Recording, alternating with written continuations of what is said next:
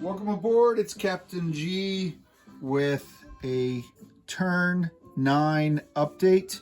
03 May, D-Day plus 32 of HBG's Okinawa.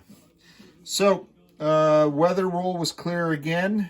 The Japanese, I think the U.S. has only had the initiative once, and it was bad weather, I think. I don't remember. But it seems the Japanese have had the initiative the whole game, even when I roll. So the air phase, air and naval battle phase, the last regiment of the 9th Infantry Division totally wiped out. The Japanese scheme, they put all of their air to try to clear one sea zone to allow the destroyers to move, or the transports to move rather. They did get one hit, but when the surface combat happened, the U.S. Navy's overwhelming firepower, the same battleships and cruiser task force that wiped out the Yamato and over a dozen destroyers before them, took out these 4 destroyers and all of the transports. That meant the entire reinforcements went down. Additionally, during the air phase, the armor that had landed in Kunigame was taken out by Marine Corsairs doing ground attack. I think they had an overwhelming number. They had 4 or 5 Corsairs there, and they got not only a target select hit against the armor, but they wiped out the 2 transports. So even though this transport can't do anything, the Navy still sent 3 destroyers to sink it, just to be firm. Japan had the initiative. They fired down up here in the north, did an attack, missed. It was not effective.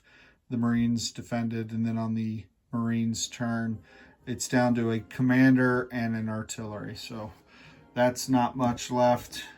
The Marines did move up to secure this airfield, wiped out the defenders. So this mountain fortress will be the last to go, and the 6th Marines and the 1st Marines will have secured the northern half of the island, and all the rest of their reinforcements sitting still on the water, unable to land because of the limited number of transports and because of several turns of bad weather, will be heading south. For the southern campaign, I've marked the 2 land zones for my own reference because the last Japanese reinforcements, those 2 squads of 4 Marines, are available to Japan only after these 2 land zones fall. So this one has already fallen. It's fallen a little while ago. This one is near collapse. There's a commander, 2 artillery, and 3 bunkers. The flame units were the only ones to get hits, and they wiped out the Japanese infantry without damaging the bunkers. So this next turn will probably fall. Additionally, you'll see the 10th Army here under General Lieutenant General Simon Bolivar Buckner Jr. But this forward infantry unit, which I'm just using the task force marker for the 6th Army because that was a Pacific-based Army unit. I don't have anything division specific, but that force moved in to here, Shuri Castle, to start this war of attrition. They took a couple hits, but flame units, tanks, and flamethrower infantry paired with artillery got several hits. And this final zone that I mentioned already before, not only did I move the forces up and in, but I landed 2 additional flame takes. So there's a beach zone onto this. You do attack at a -1 on top of the -3, so you're on -4 +2 for the commander, so you're at -2. So the only units that I sent were 2 flame tanks, and they both rolled very low, surprising for them, and they got hits. And then finally, the 2nd Marines have come ashore down here. I concentrated the U.S. Army Air Corps to bomb this zone when I realized there's only 2 bunkers here to protect the Japanese units. They did not shoot down any. The Japanese AA did not shoot down any U.S. Strategic bombers, so all 4 of the bombers got to roll 2 dice, so that's 8 dice, and I think I got 4 hits. I rolled 4 ones. It was quite surprising. I took a picture of it, and that all but wiped out this Japanese force. So even though they were assaulting a beach and were attacking at -1, they did not get any hits when they landed, but the Japanese rolled poorly on defense, so they didn't either. 4 more Japanese infantry may have gotten some hits. So now that this is breached, I can start bringing in more 2nd Marine Division units. This transport can go back and start shucking additional infantry and flood this zone. So now I had pre-positioned, you probably noticed, or you may not have, all 5 armor here as a quick reactive to attack into Shuri Castle.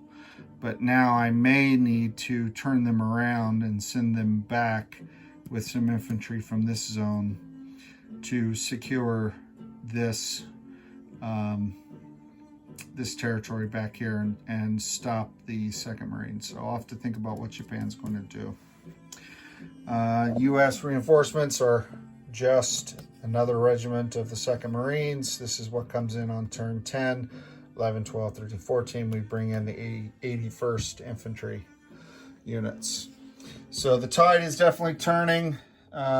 This airfield again rolled a 7, I think, and they get a 1 to 6. So I missed there, so that's frustrating. But when this one does eventually get repaired, must have been really damaged. And next turn I'll be able to roll for this, since I just captured it this time. Get those CBs to repair those airfields. That will give me even more Marine Corps Corsairs.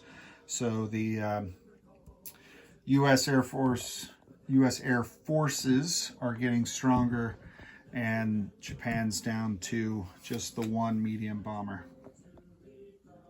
So that's the update for turn 9. Next up will be turn 10, and we'll see how long the Japanese can hang on as we go into, this is March, but this is Fakakta.